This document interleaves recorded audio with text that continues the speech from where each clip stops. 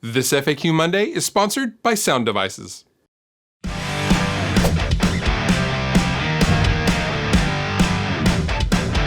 hello, and welcome to another FAQ Monday. I am your host, Fluff, and aren't you happy it's Monday?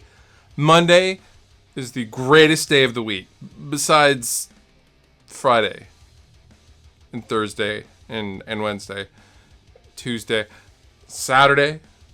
I don't know about Sunday, though, because Sunday, like, you're just waiting for the week to start, and then you get kind of bummed out, which kind of kills your mood. You know what? We're just going to leave it at Sunday might be the worst day of the week. But Monday's definitely the best. First question! UA Oxbox or 2 Notes Torpedo Live /Studio? They're for different purposes. The Ox, right off the bat, is not made for live situations and is not made for touring. Per Universal Audio. That's what they told me. It is for a studio setting. And that's it. Also, right off the bat, I have to say that there's no vintage 30 cabinet model in the Oxbox. So right there, it's not going to be the best it can be for heavy guitar tones.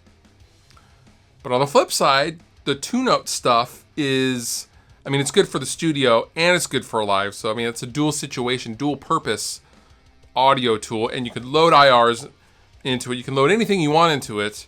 Whereas the Universal Audio Oxbox, the 5 slots, but the cabinet models it has are not IRs. They're much more than that. And the sound quality of the cabinet models that it does have are absolutely stunning. So... if you're going for heavy tones, I would have to recommend the 2 Notes because there's no vintage 30 cab in the Oxbox. If you're doing stuff a little less than heavy, Oxbox all the way. It just depends on your needs, really. Any recommendations for inexpensive, good-sounding headphones? There's a couple. I don't know what you define as inexpensive, so I'll give you 3. The least expensive headphones that sound amazing that I'm aware of are the CB1 headphones from Status Audio. I did a review of that, the CB1 and the OB1, insert Star Wars joke here.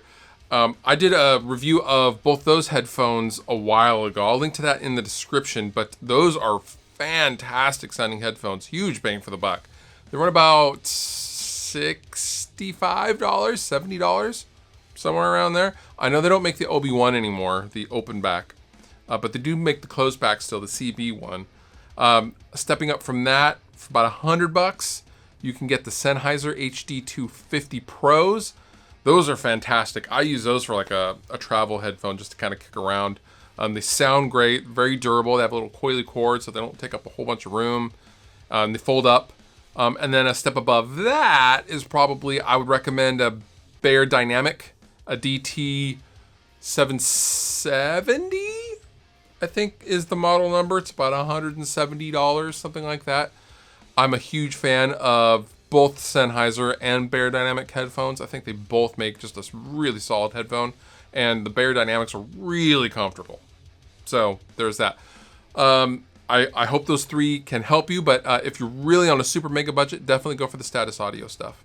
Sound Devices has long been a movie and television set standard. Their devices have been used on movie sets, and TV sets, and wilderness stuff, and pretty much everything to do with media as we know it all around the world for decades. They are really the gold standard for field recorders. And they are now bringing that legacy to the new Mix Pre M series, which is a set of recorders geared specifically to musicians. Whether being used as an audio interface or full-featured mixer, the Mix Pre M series share LCD touchscreens, high-quality cashmere preamps, punch in and out ability, looping, wireless control via your mobile device, and the ability to run on AA batteries. How cool is that? You can check out the full details of the Mix Pre M series at sounddevices.com. I see you have a Jaguar. What are your thoughts on its cousin, the Jagstang?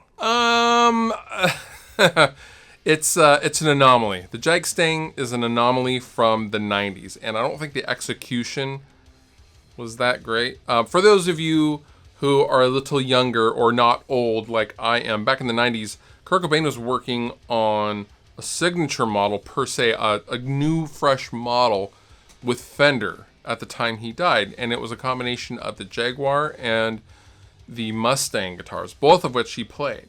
And it was kind of half and half. And his concept drawings made it look really, really cool. The finished project and the finished product was a little hokey looking at that time.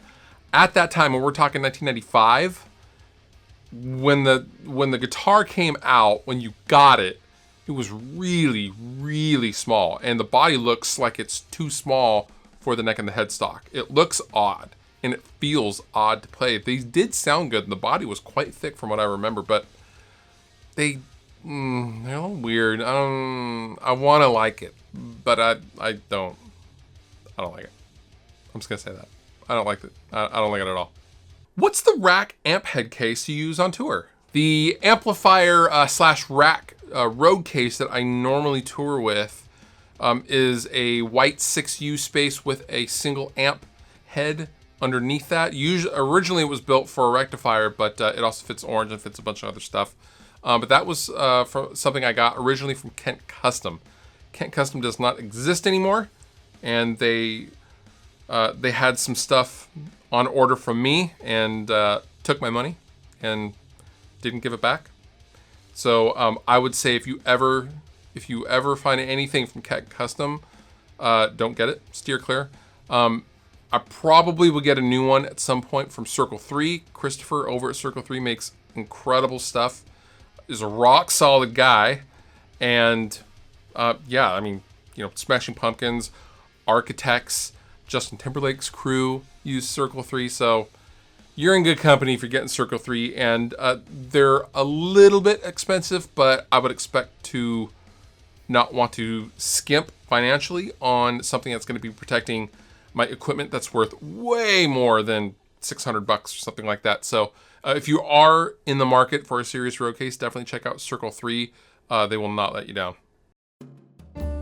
And now, Fluff reads a tweet. When life hands you lemons, suck them until your scurvy's gone. This week, my suggestion to you is to check out Submission Bass. This is a sick sounding MIDI bass plugin from my homie Erwin, and it's just nasty sounding. I will link down below to the product video, and if you're looking to reinforce your bass or just completely write some fresh bass using MIDI so you don't have to track it and have it dead on and amazing sounding right out of the box, definitely check out Submission Bass. It's really sweet. And he made it with his, I believe it's a Warwick bass that sounds absolutely incredible. And I just thought I would plug the homie. All applicable links down below in the description. You've been wonderful. I've been Fluff. Thank you so much for watching, and I will see you next time.